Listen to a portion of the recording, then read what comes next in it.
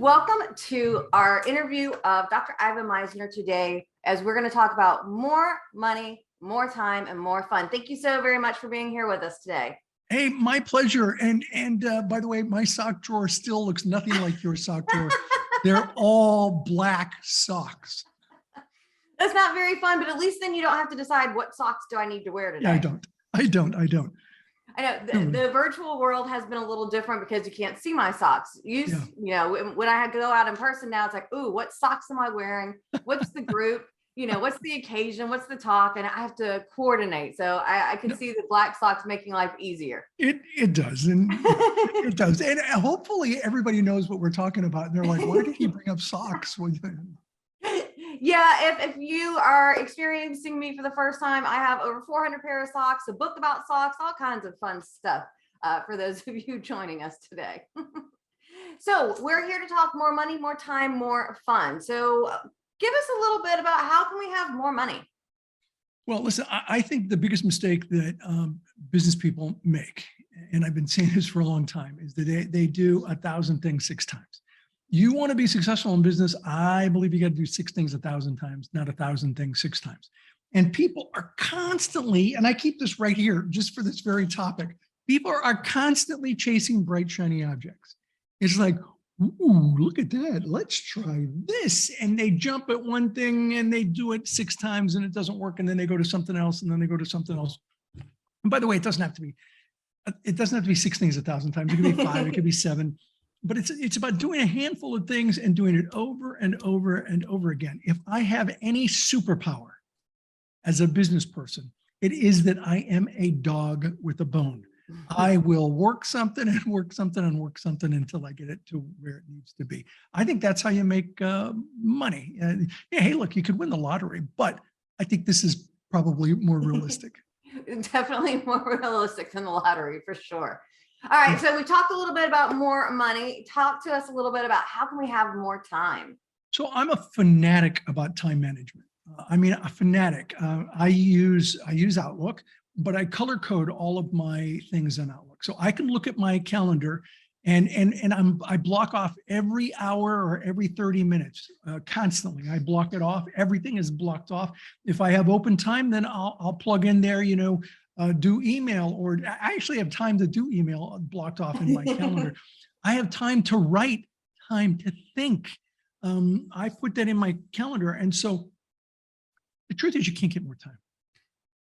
We have the time we have. And so I look at it as priority management versus time management. And it's about managing your priorities. And then you manage those priorities by blocking off appropriate time blocks to get those things accomplished. I can look at my calendar. I color code everything. So I can look at my calendar and know immediately, am I doing the things that I want to be doing, or am I doing the things that I have to do? So, you know, most of the things that I want to do, like this interview, it's in green. This is the kind of stuff I want to do. The things I don't want to do or have to do, administrative things, or blue, or you know, some other color, or red. Red's bad. Red's very bad. It usually involves, you know, having to talk to an accountant or worse yet, an attorney about some legal issue. And so it's about priority management. I'm a fanatic about managing my priorities, and I do that through my calendar. That makes total sense. Driving is red time for me because I don't love to drive. Yeah. So I listen to Audible books. You know, I've got an Audible book all the time. I'm listening to an Audible book, and sometimes I've got a penthouse in Galveston, which is a 4.5-hour drive. When I drive there and back, I pretty much finish a book driving to Galveston. So, what are you currently listening to? All right, so I'm currently listening. You know, I'm trying to go to some old classics, Hemingway. You know, the bell tolls. Let the bell tolls, or a title similar to that. I'm listening to Agatha Christie. I've never read Agatha Christie, so I'm listening to Agatha Christie. She's amazing. And Poirot, Miss Marple, fantastic. And right now, at the moment, I'm listening to Isaac Asimov's Prelude to Foundation. I read all of his Foundation books years ago, but I just found Prelude to Foundation, which I didn't realize he had done one of those. So that's what I'm listening to at the moment. The last business book I'm doing one. I think you're going to ask me about books that I recommend.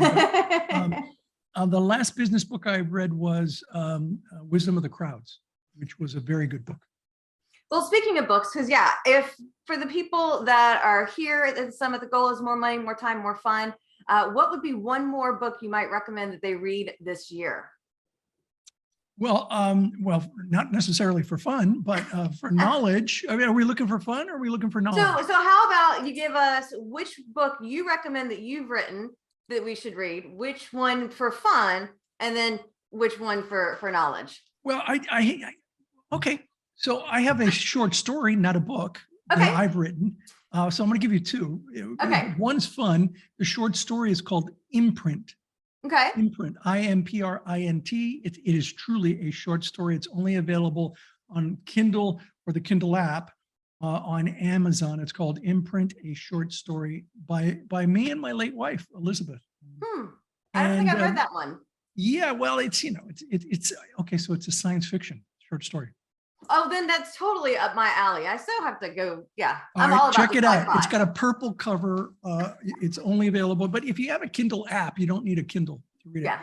As for one of my other books, Who's in Your Room, I think is probably the best. Well, it's the best self-development book I've done, and I think I think it makes a big difference in people's lives. Now, somebody else's book, I happen to be rereading right now because I was hired to teach leadership in the MBA program at Concordia University. And so I'm rereading John Maxwell's 21 Irrefutable Laws of Leadership, which I think is probably the best book ever written in leadership. Awesome. Well, thanks for the recommendations. We'll have to see who goes out and gets what and reads and shares. Now, you do have a new book coming out too, yeah, but right? wait a minute, I didn't get to fun. Oh, I'll come back to it. Oh, okay, all right, good. Yeah, so what's this new book? Work Your Network with the 4 C's? Yeah, that book has already come out. It's called Work Your Network with the 4 C's. And it's about competence and clarity and confidence and the things that are necessary for you to build a powerful personal network. That one is out. It's available on Amazon right now. And I've got another book coming out sometime next year called The Third Paradigm, which is about co-creation, how we as a business society, a society of business professionals have gone from competition to cooperation to what I call co-creation. And it's an amazing book, and it's based on a survey of 4,000 people, our reaction to those surveys, and it's got a story intertwined in between every single chapter. So love this book. I just handed the manuscript over. Awesome. All right. So we've talked a little bit about books. Hopefully we have time to make sure we get books. I love reading. I have a couple of book clubs that I'm a part of just to make sure, because there's so much knowledge that we can get from those books. All right. So what's a tip that you can share on how we can have more fun? So for me, again, it comes down to setting time aside to do it. So I literally block off time in my calendar to go out on my boat. I love to go out on the boat. You're talking to me from my home office in Austin, Texas. I love to spend time in the hot tub. So I've got a hot tub here. At the end of a tough day, I'll go out. There might be a glass of wine involved. I love wine. And so, I'll go in the hot tub, have a glass of wine. I love astronomy. So back in that back room back there, I've got a pretty nice telescope that I pull out, and I love to take a look at the planets mostly, or the moon. They're really interesting.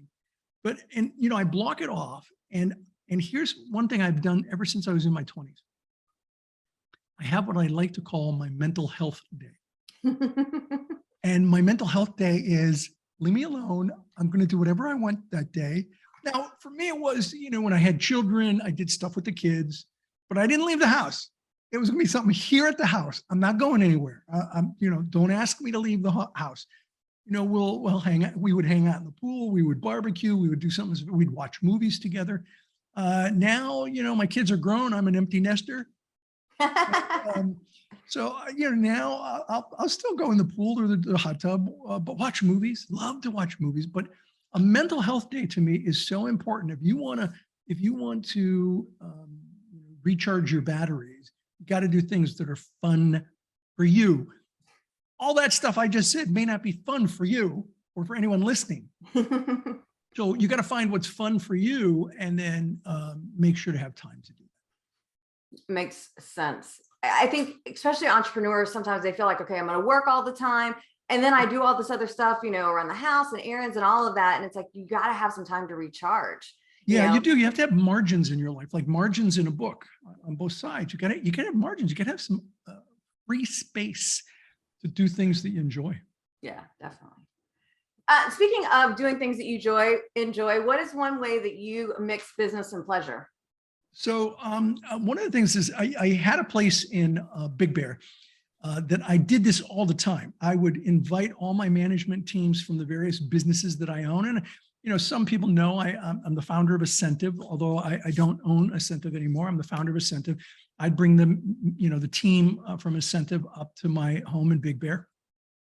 And then BNI, and I've also owned a property management, investment property company.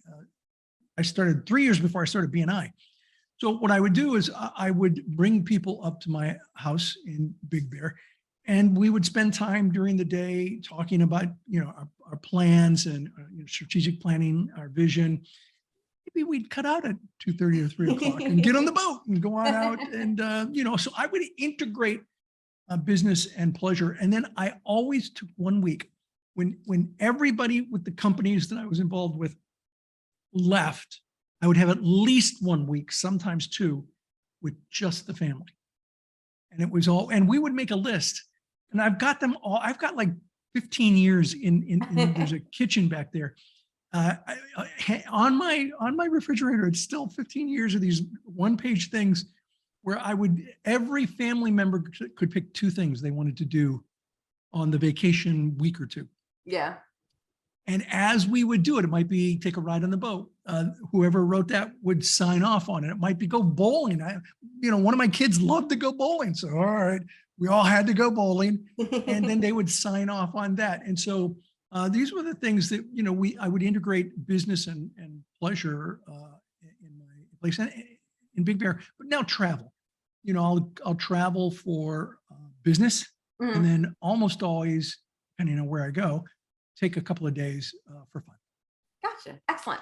Well, you mentioned Asentiv, and we actually have a couple of questions from some of our Referrals for Life community members from Asentiv that they're hoping you can answer for them. So Sean shares, I'm having difficulty explaining to my referral partners why they would want to refer me. In other words, I'm having difficulties explaining to my partners the value I bring to them when they refer me. I've got the normal, I'll make you look good and I'll do what I can to support you or refer you back. Any other suggestions for better defining the value I bring to a referral partner to better entice them to refer me? Yeah, so I'll make you look good is too vague. I mean, that doesn't tell me anything. Is he a hairstylist? Is he a clothier? I mean, what's he going to do? You got to be way more specific than I'll make you look good. Andy Bounds is from the UK. I know Andy really well, and he has this phrase that I think says it all extremely well. It's all about the afters. It's not what you do, but it's what you do and how it will be after you do what you do. What's your business going to be like? What will it have achieved? What will things be like after you do what you do? And I'll make it look good is too vague. It's too generic. What specifically are you going to do, or what specifically will happen after you do what you're going to do? That's the key. And I can't answer that question. Only the individual providing that product or service will. And get creative. Get creative. I remember being at a BNI group once, and we were talking about the benefits of the different services there. And I was talking about the importance of the afters. And this attorney, he was a divorce lawyer. And he said, What am I going to say? You know, after I help you, you'll be divorced. That's no good. And Tiffany, one of the members said to him, John, no, John, you know what you did for me? The after for me, I could sleep at night knowing you were on the job. I was a wreck before I hired you. I couldn't sleep. I was distraught. And then once you came on board, I knew I was going to be okay. And, you know, he was like, I would have never thought of saying that. So, you know, talk to your clients. What are the benefits to them? What is life like after you do what you do for them? And that's what we talk about. Perfect. Excellent. Thank you. And then we have a question from Mike. He wants to know, in the continued growth of my business, in the expansion phase by referral over many, many years, what are your top 3 tips? Well, you know, it really depends on where the person is in their career and in their referral process. You know, if you're at the beginning phases of it, it's really, well, beginning all the way, actually, it takes you through all 3 phases. And you know this is really well, Tiffany: visibility, credibility, profitability. It's the foundation of everything I teach. You want to go out and be visible in the community. You want people to know who you are and what you do. Then you have to create credibility. That one takes time, where they know who you are, they know what you do, they know you're good at it.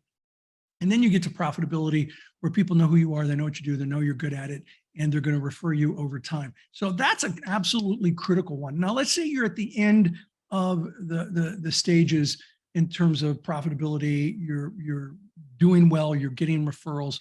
Now you may be thinking, hey, you know what? It's time to network up. I want to start networking with people who are even more successful than I am. And so when you're networking up, it's really important to recognize a handful of things that I think are really critical. One of them is, you know, the old expression, it never hurts to ask. Yeah, I've heard that before. Yeah, that's wrong. It definitely hurts to ask. If you ask for a referral, let's say you're networking up and you ask for some big name or a CEO, and you don't have a relationship in place, and so you're asking too early, you're not at credibility with the person. So, you know, only ask when you are at credibility with somebody, particularly when you're trying to network up. The next thing is to recognize the butterfly effect of, now I'm talking about still networking up. You recognize the butterfly effect of networking, where you make a contact with one person, and that person may introduce you to somebody who introduces you to somebody who introduces you to somebody who then is a great contact that you can do a lot of business with. Wow, there's so many things I could talk about here. Here's another one with, I'm giving you more than 3. That's okay. I'm sure Mike will be fine with that. When you're networking up and you meet somebody and you're like, oh my goodness, I so want to meet this person. Don't puppy dog lick them to death, right? It's like, yeah, that doesn't go over well. I mean, you know, it's like you end up embarrassed, they're embarrassed, everybody's embarrassed. There's nothing wrong with saying to somebody, look, you know, the material I read of yours or the work you did has changed my life or changed my career. I really appreciate you. There's nothing wrong with a heartfelt thank you. You know, really successful people, they like to hear it. I like to hear it when, you know, something I've done has helped somebody in business. And here's an important one. Don't sell to them. Yeah. Don't go right into selling to them. It's a big mistake. That's what everybody does when they're networking up. They think, I'm never gonna have a chance again. I'm gonna have to sell to the, you know, this is my one opportunity. And I'll give you one more. When you're networking up, find context, find an overlapping area of interest where you can offer to help them in some way. Refer them to an individual. For example, okay, just yesterday, you're too young, you're not going to know who this is. But I'm gonna give you the name anyway. Do you know Yakov Smirnoff? Yes. Do you know who Yakov Smirnoff is? Okay. Yes. He is an actor and a comedian. He was in movies with Robin Williams and others. Yakov is a friend. And Yakov said to me, hey, look, I need a social media guy. Do you know a social media person? I'm like, I know a social media person, but I wouldn't have just gone to Yakov and say, hey, do you need a social media guy? I'd want to have a conversation with him where then I could refer. And then I reach out to my social media team and I say, hey, I got a great referral for you. But there was a relationship there where I could either bring it up, or in his case, he brought it up to me. You got to have the relationship before you try to start making sales or know somebody. And by the way, my team has asked me, hey, if you know somebody that's looking for a referral, then introduce us, which is what I do. Right. Makes total sense. This idea of networking up. And I think people sometimes are like, how do I even go about doing that? How do I take it to the next level? But good things to keep in mind and consider if you're going to be networking up. Yeah, I'll give you one more. Okay. If you're the most successful person in most of the rooms that you're networking in, you're in the wrong rooms. Now, I go to networking events where I am by far the most successful person in the room. I go to networking events where there are people more successful than me. And I go to some networking events where almost the entire room is more successful than me. I remember the first time I went to Necker Island, Richard Branson's private island. I guarantee you, Tiffanie, I was the least successful person on that island, except for the employees who worked for the island. Other than them, I was the least successful person. So you gotta go to places that you are not always the most successful. And that's the way you work your way up, is to meet more people and join nonprofit organizations where you have a chance to meet people that are more successful than you. That's one of the ways that I met movers and shakers in business, was by participating in nonprofits. Excellent. And I'm sure if we go to your blog, ivanmisner.com, you have more tips on networking up for us. I do. I have a whole article on it. By the way, our fellow friend, Mike Macedonio, gave me the idea to start talking about networking. That's awesome. Yeah, I think I saw that they were just out at your place recently, weren't they? They were. Yeah, it was a little thank you for all the work they did for many years with Asentiv. And I pulled out, I told you I like wine. I pulled out a Magnum, which is like a double bottle. Yeah. A Magnum of a 35-year-old Cabernet Sauvignon. Wow. It was awesome. It was absolutely awesome. Chateau Montelena. And I'm sure there was none left over. Oh, no, we might have broken into yet another bottle after that. So. Well, I want to thank you so much for your time to share these tips, to answer these questions. Is there any last remarks that you want to leave the audience with before we wrap up our interview? The old expression, it's not what you know, it's who you know. I don't think it's either. I don't think it's what you know or who you know. It's how well you know each other that really counts. Because, I've got some amazing contacts in my telephone. But the question isn't, who is it that I know? The question is, if I called them, would they take my call? And if I asked them for a favor, would they be willing to do the favor? So it's not just what you know or who you know, it's how well you know them that makes all the difference. Well, thank you so much. Be sure, y'all, to check out ivanmisner.com for all kinds of tips on how to be successful. I'm sure there's plenty there to help you have more money and more time and more fun. Thank you. Thanks, Tiffanie.